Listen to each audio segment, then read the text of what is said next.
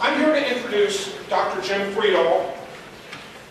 Dr. Fredal is Associate Professor of English at Ohio State University, the Ohio State University, where he teaches courses in literature, rhetoric, and writing.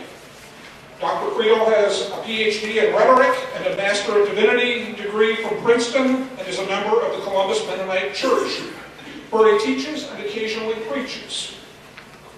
He has authored one book and a number of articles on ancient Greek rhetoric and arts of persuasion. Stand by. He has presented at conferences and workshops across the country on public speaking and storytelling for 20 years. He is immediate past president and current member of Unity Toastmasters, is husband to Anita Gastaldo, and father of 2 children, Carl and Esther.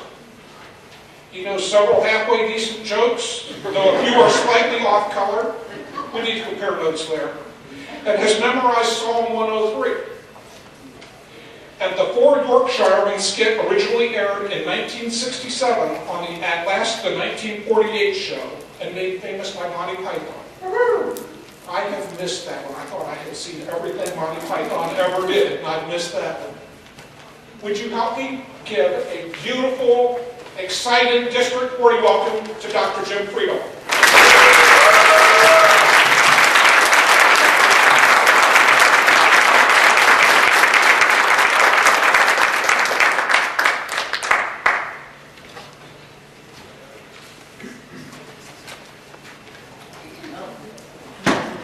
Thank you, Ron, for that introduction. Can everyone hear me? Yes. Yes? No. I will use the microphone. Please. Use the microphone. Please use the microphone. Microphone.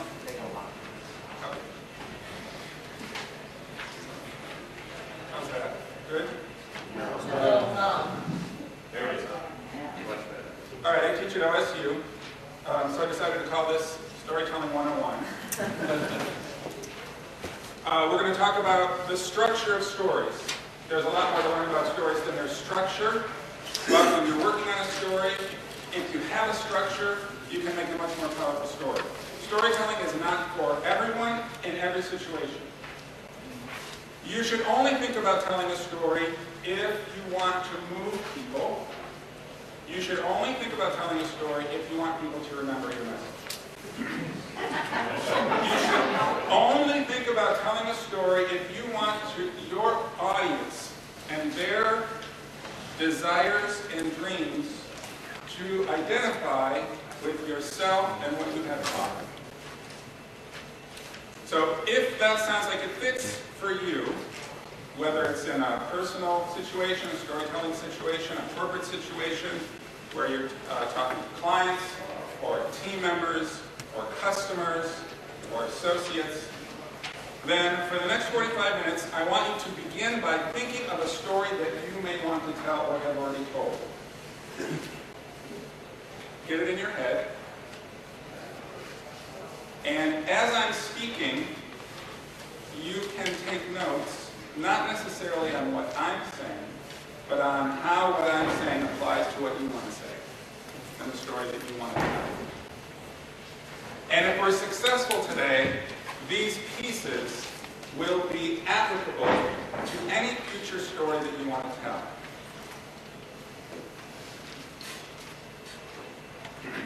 So my first point, and this is going to be something that carries through the next 45 minutes.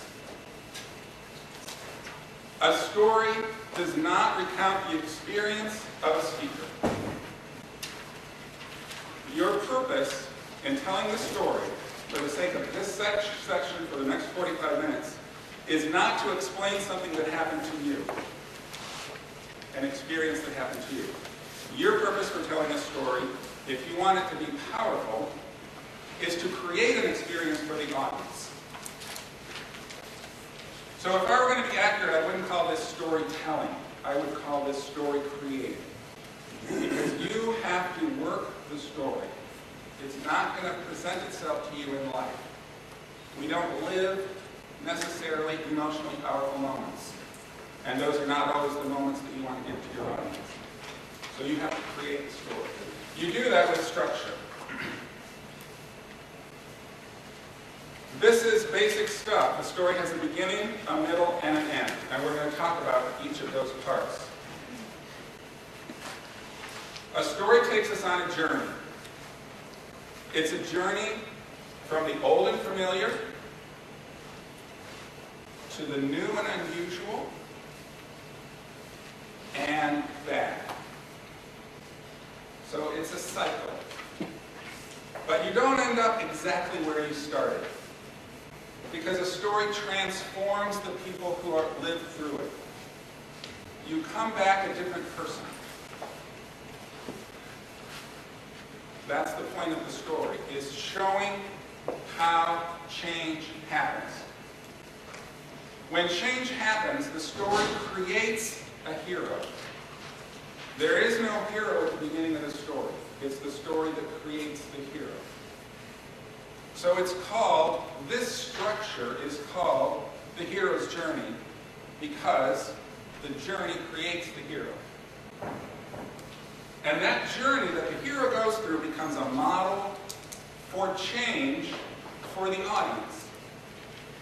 It's not just about the heroes changing. The lesson that the hero learns is being conveyed to the audience through the story.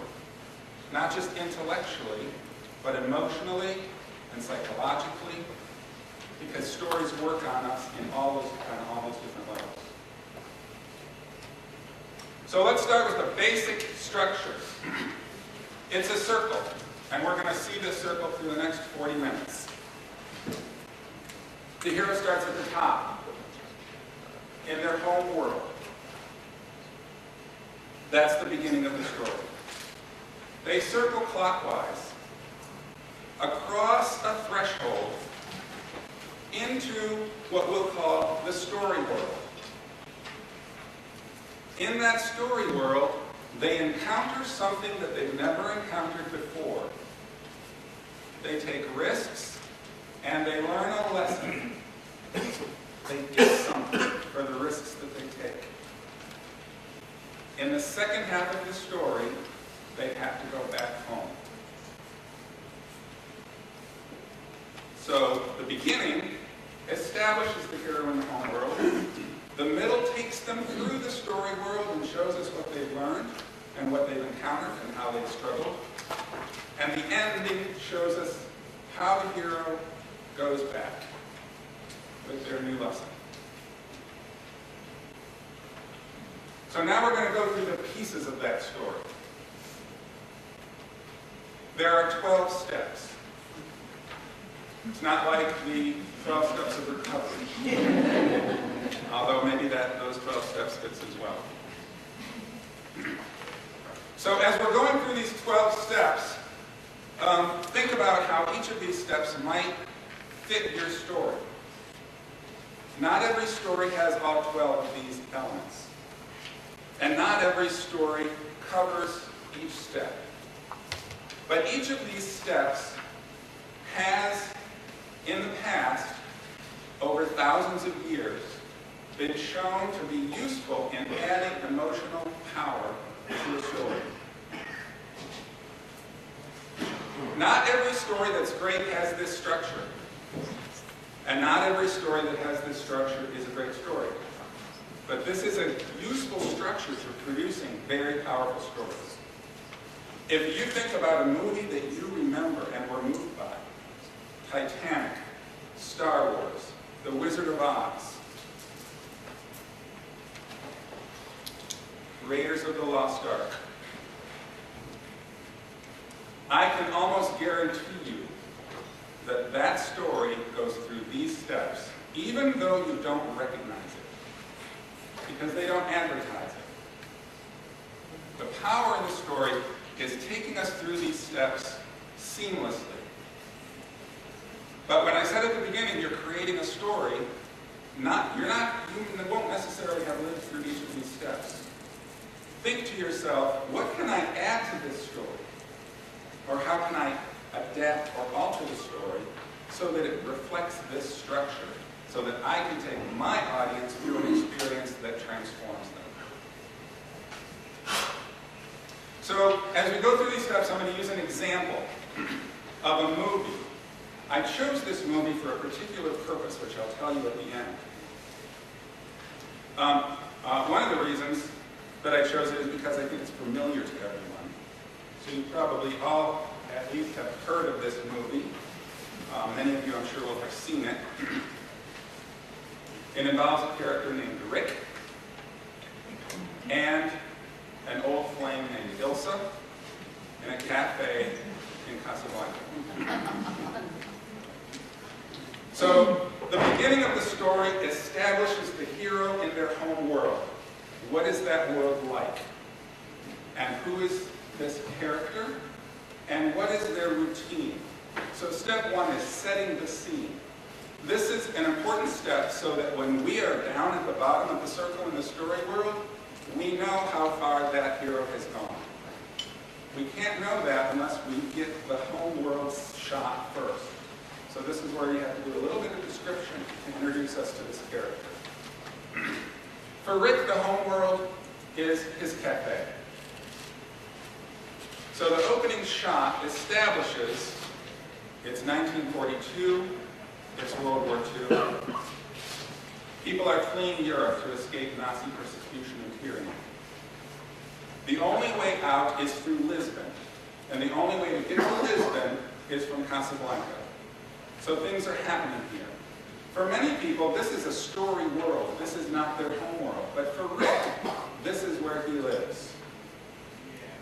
One of the things that you establish in this first step is to show us that the hero is flawed. Every character, when the story begins, has a problem. And that's why they have to go on this journey. Rick is flawed. He's lonely. He's cynical. He's bitter. He doesn't want to help anybody. Step two is the call to adventure. The call to adventure is when something happens that prevents the hero from continuing on as they were. Sometimes it's an event, a declaration of war, a disaster, an accident, something invades their life. Sometimes it's a person called the herald. The herald brings a message, a phone call, a newspaper, or in the case of Casablanca, letters of transit. Ugarte is a petty thief who gets these letters of transit, which anyone can use to escape Casablanca. They can't even be questioned, he says. And he asks Rick to hold them. That decision, when Rick agrees, starts him on a journey. And from here on out, his life is not going to be the same. So, in your story, where's the call to adventure? Step three is the refusal of the call. The hero is reluctant. They have a comfortable life. Things are going fine. They don't need to change. It's too hard. Why me? I'm nobody. I can't do this. Find somebody else. Rick accepts the letters, but he's not ready to accept the implication of his involvement. Because his routine up to this point is, I don't get involved. And his tagline is, as Ugarte is getting arrested for having been in possession of the letters, I stick my neck out for nobody. That's Rick's motto. I stick my neck out for nobody. So in your story, that main character may, at some point, resist the call.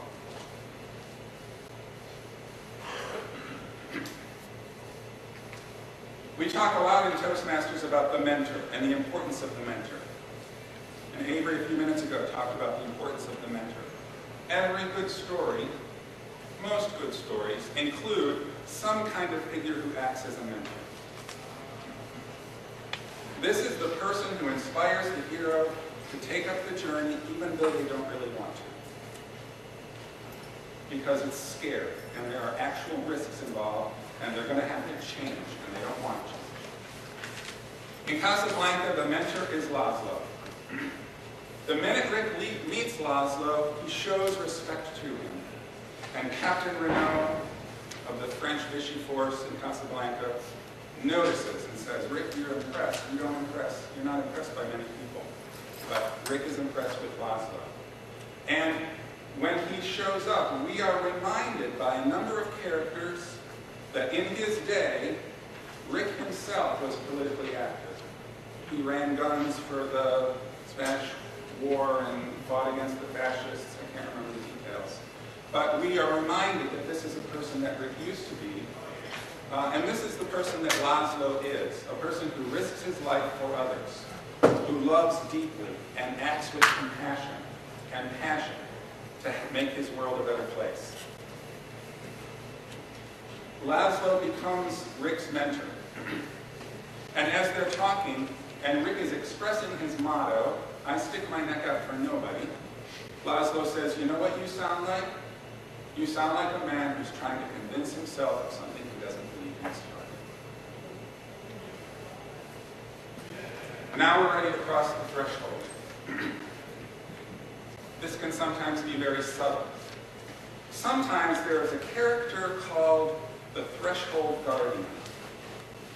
The guardian is the one that you have to convince that you are worthy to go on this journey.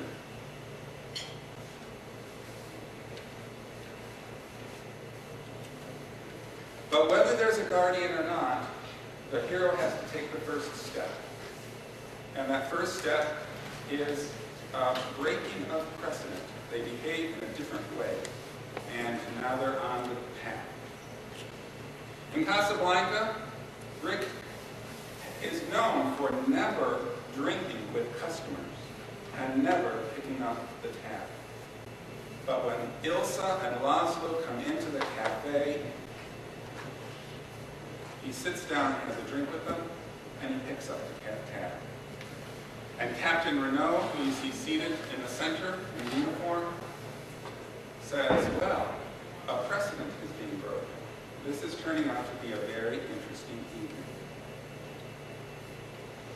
So where in your story does your character begin for the first time to do something different, to take that first step, to cross that threshold into an unfamiliar world?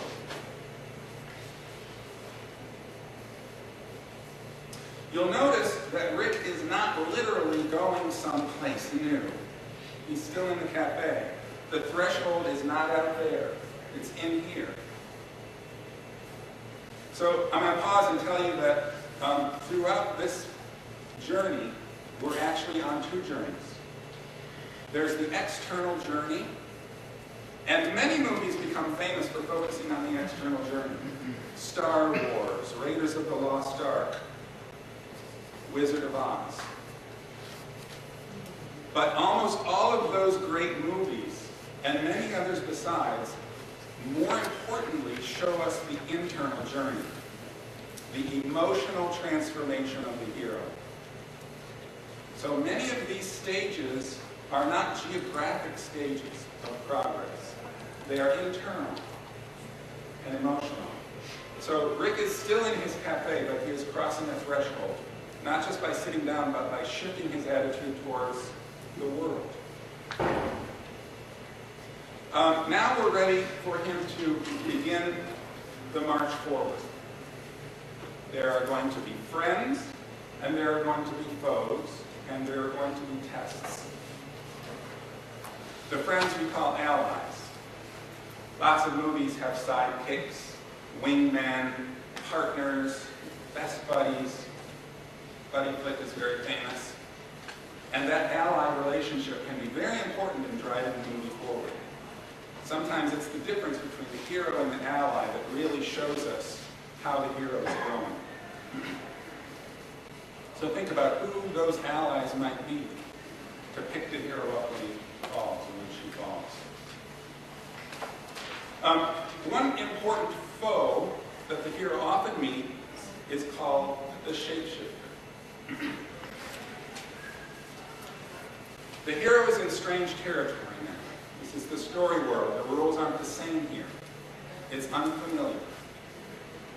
You don't always know when you meet someone whether they're for you or against you. You don't know how things are going to turn out.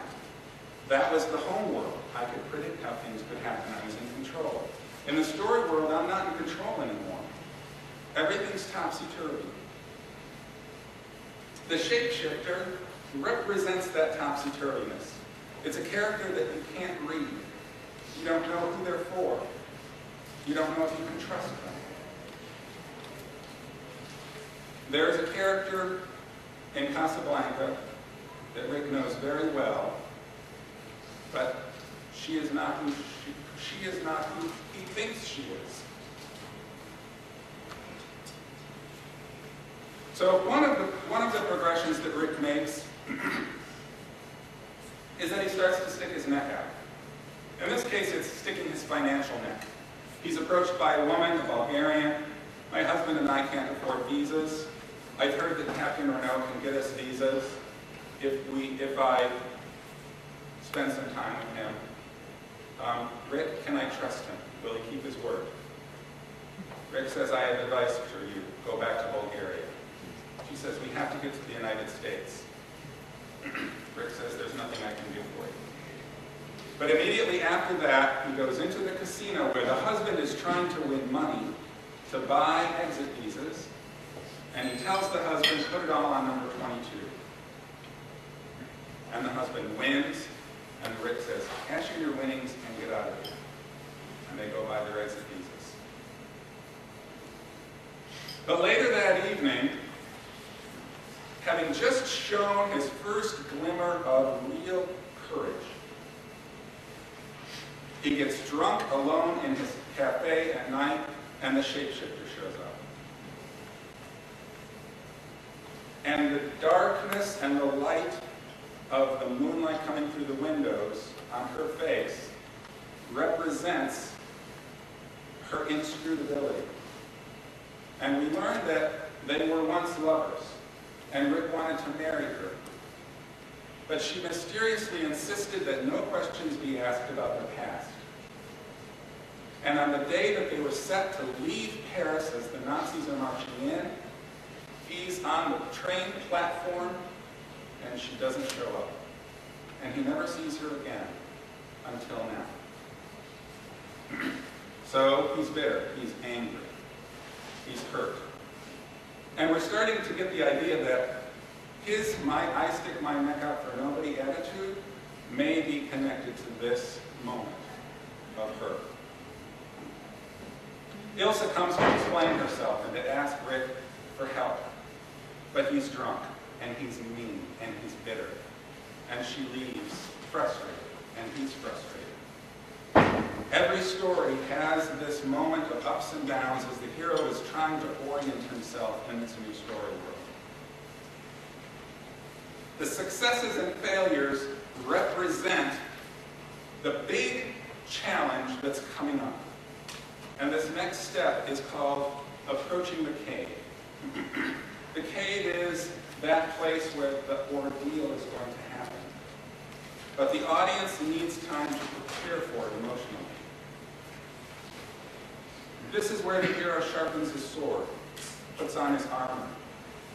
Frequently, this is the place where the friends and the allies and the foes that have been defeated on the way all fall away, and the hero finds himself alone. Because ultimately, this transformation has to take place. Right? Nobody can help you do it. The allies can help you get there. But once you're at the cave, you're by yourself. You're on your own. You have to face that enemy alone.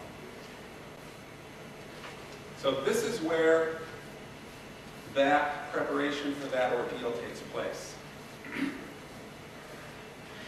German soldiers come in the cafe, led by General Strasser. And together, on the piano, they begin singing the German national anthem.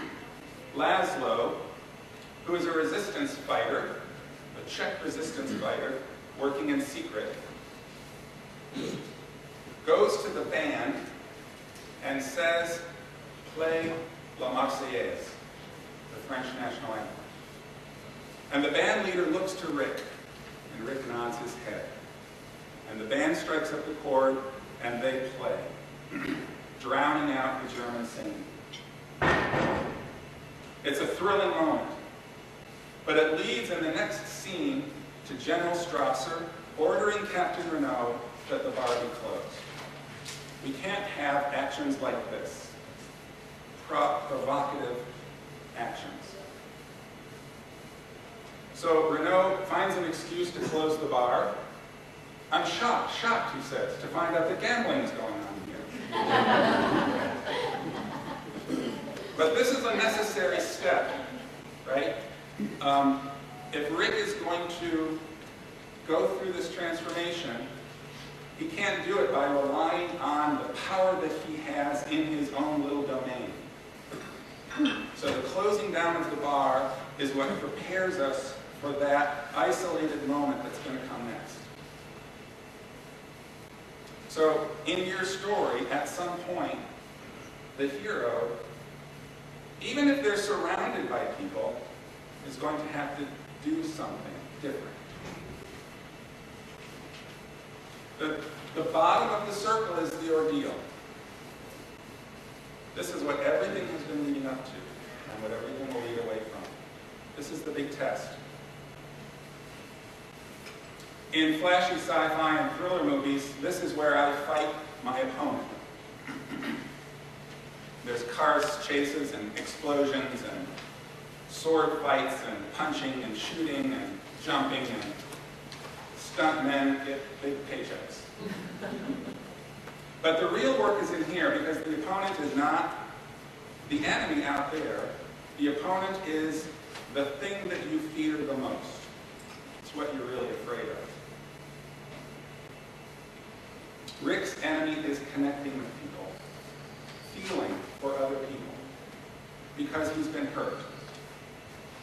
And so he's shut down. He's afraid to put it out there again. He's afraid to do it on a personal level, and he carries that over into the political realm. He wants to help nobody. He wants to help nobody because he doesn't want to feel for anybody, because he might be hurt. And so when Ilsa shows up that evening again, having found out that Rick has the letters of transit, she comes back to the cafe to ask him for them. He refuses. She pulls out a gun and threatens to shoot him. He says, "Let me make it easier for you." And he walks right up to her and says, "You'll be doing me a favor." He's not afraid of dying. He's afraid of feeling. But the evening turns into a long one, and Ilsa shares her story. And the story turns out to be very powerful. You see, when she met Rick, she was already married to Laszlo. He was a freedom fighter at the time, in France. He was rumored to have been killed. She grieved for him, and then she met Rick and fell in love. On the day that they were scheduled to leave Paris, she got the news: Laszlo is alive, but he's injured and in Paris. So she went to him. And she says, "Rick, I've never stopped loving you, but I had to help Laszlo with his work because it's more important." And Rick realizes that he has misunderstood the situation this whole time. She's not his enemy. That's why she's the shapeshifter.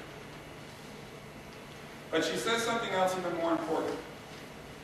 Before she gets to the story, she confronts Rick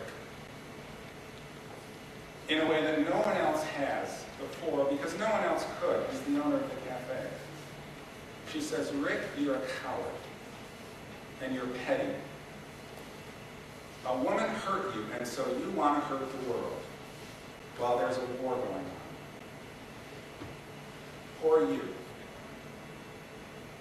And so that ordeal is like someone holding a mirror up to the hero. Look at yourself.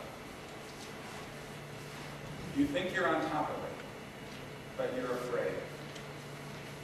Stop being afraid and take action. Despite your fear.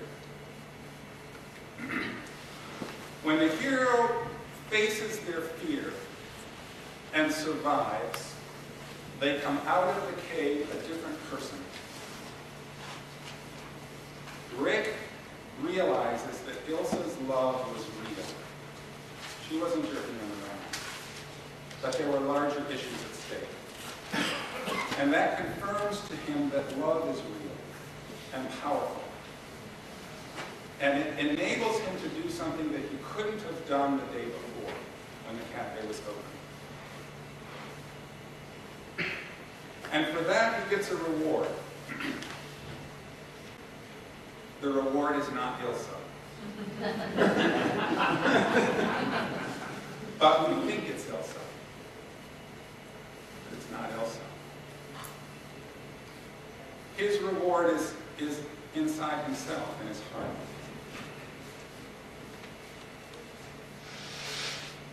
But their connection represents what he now has. Whether she's with him or not, he has this.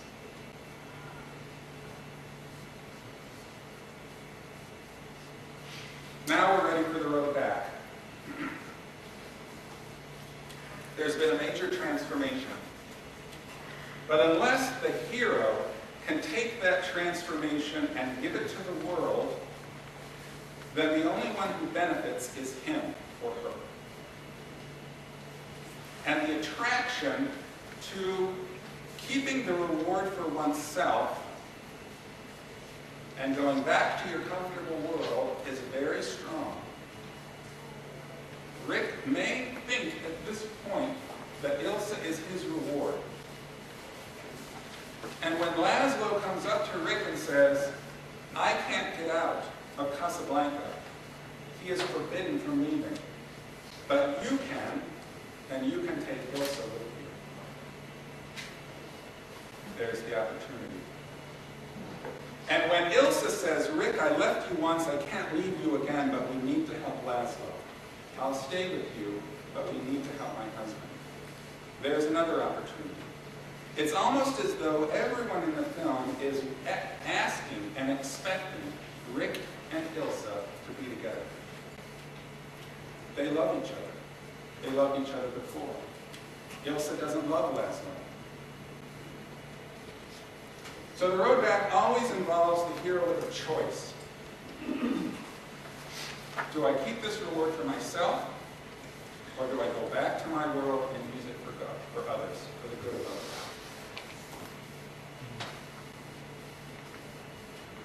Rick arranges for Ilsa and Laszlo to come to his cafe that night. He says, I'm going to give you the letters. And then he informs Captain Renault that Ilsa and Laszlo will be there that night with the letters in their possession. You can be there and arrest them, and then you'll have Laszlo for good.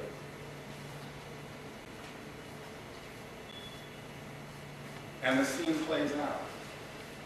As we're watching, we're imagining Laszlo in jail, Ilsa freed, Rick and Ilsa living happily ever after, but at a pretty great cost.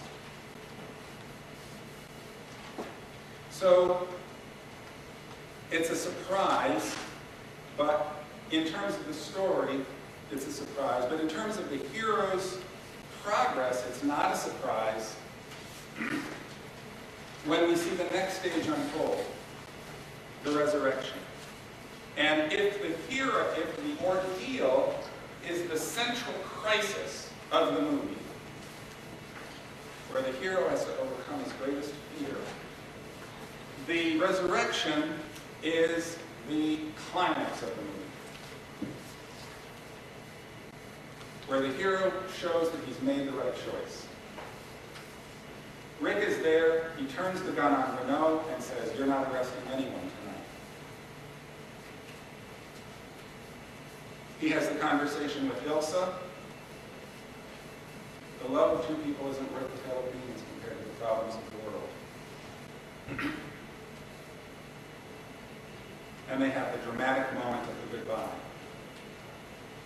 This is Rick's rebirth. He has sold the cafe. He has surrendered the letters of transit to Laszlo and his wife. he convinces Ilsa to get on that plane. And the final stage is the hero's return. A transformed person with a new gift in the form of wisdom, compassion, courage, honesty, love, that they are ready to give the world. And so the final shot shows us Rick sticking his neck out and having throughout the movie increasingly sticking his neck out, walking away with Captain Renault saying, "This is the beginning of a beautiful friendship." That's the hero's journey. It's an internal journey as well as an external journey. Not every story has all 12 of these steps. But you can see how it takes us from where we are now, through a problem, a willingness to accept help, to face foes, to take risks, and to change, to overcome that problem, and to bring what we've learned back to the world. So that's the power of storytelling.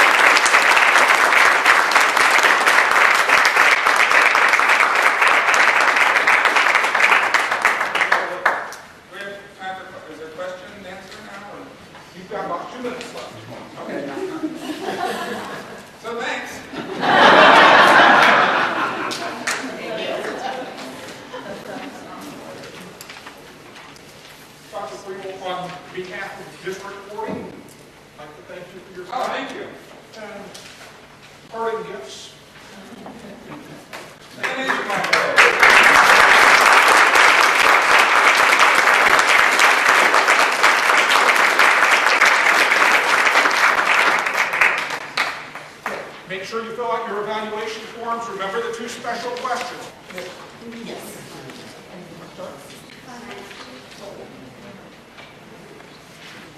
Excuse me, Dr. Fredal, can I ask a question? Sure. You said that not all stories contain 12 parts of the hero's journey. In your experience, to write a compelling story, how many of these 12 should be within a story? Well, the interesting thing about this cycle is that it involves almost at every point ups and downs. So between the time that we get to the hero's home and to the meeting of the mentor, there's already been a sort of downward cycle and an upward cycle. So you can take a chunk of that story, an arc, and expand it into the entire circle. Right? So there could be a crossing of the threshold moment, and you can make that the central ordeal and make it the whole story. Right? So it's very flexible that way. There's a sense in which a story like the Odyssey, by Homer, that's his return home. That's really all it is him going home. So technically we could say it starts after the ordeal. He's already gotten the reward. He's gotten the spoils from Troy, right? So it's only that last quarter, but it becomes the entire story. So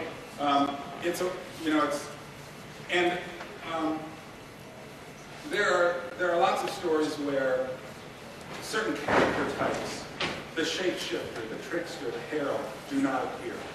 There are stories where the hero is eager to take on that role, and there is no resistance to the call at all. In fact, they go out and seek it. So there are some stories that skip a step, or others, and there's freedom there. Right? I don't have to cover every single step. Not all stories are the same. Thank you. Is this a model from the Greco-Roman world, or something that you, by observation, having made up? Yeah, let me tell you, this is not my stuff. There's like another 2 hours worth of stuff that I'm skipping. Right. which goes through the different archetypes and internal journey. But here's the source. Here are the most important sources that I would use, and I'll send this out to people who want it. Thank you. Joseph Campbell, the hero of 1,000 Faces, he researched stories in cultures and myths from Greco-Roman culture, Indian culture, African culture, Central American cultures. And he was the first one to say, there's a common structure here. And Christopher Vogler is famous in film for being the first one to have read Campbell's work and translated into screenwriting. So his book is called The Writer's Journey, Mythic Structure for Writers.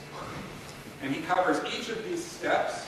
He covers all the archetypes, the hero, the shapeshifter, the trickster, the hero, the ally, the enemy.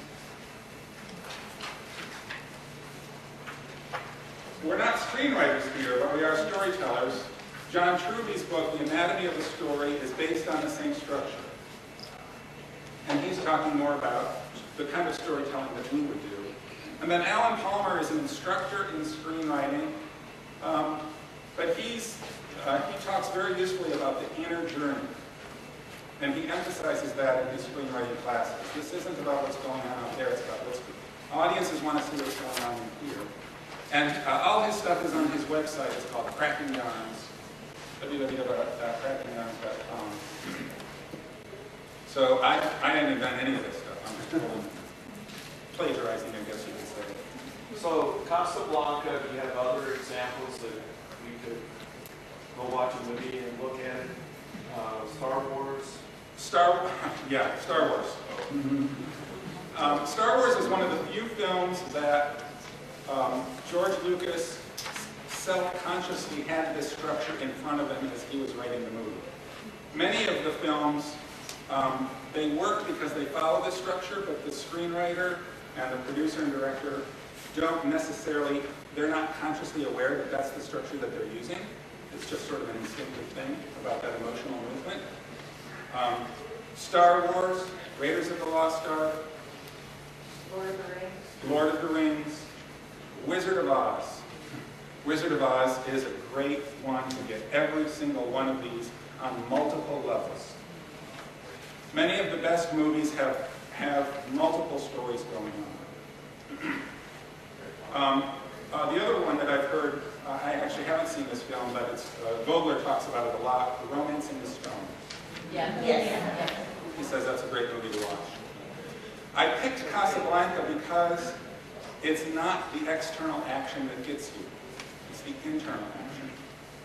But I would say watch any great movie that you remember fondly and think of as having great power, and see if you can find any of these moments.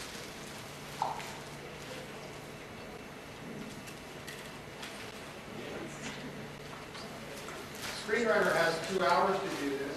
How do we do it in 5 minutes? This is the creative part.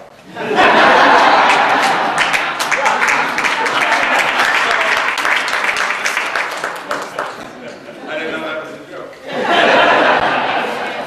So a friend of mine in our Toastmasters, Alex Tevin, who gave a speech, he didn't win the speech contest that night. It was a speech about him and his mother going back to Greece, where his mother was born, to visit her home, where she grew up before she emigrated. And he had a very tense relationship with his mother. But when he got back there and saw how his mother grew up and what her grandmother was like, he said, I sort of saw my mom in a new way. Right? I got how hard it was for her. Now there's not much of a story there. That's a couple sentences. But everything is there, in principle. Right? Now we just got to add stuff. Right? There's a threshold. We're going overseas. There's an ally. Maybe it's the daughter. Maybe it's the son. Maybe the husband is there. Maybe there's a friend back in Greece who sees them and remembers. There's a cave. If I were telling this story, I'd have the mother go down to the basement to find something that she left there, for example. Right? And there's that opportunity for a moment for the mother, who's going to be, I would say, is the hero of the story, to discover something there about her mother. And the son is watching and remembering. And probably when they're there, the mother says, I remember this broom.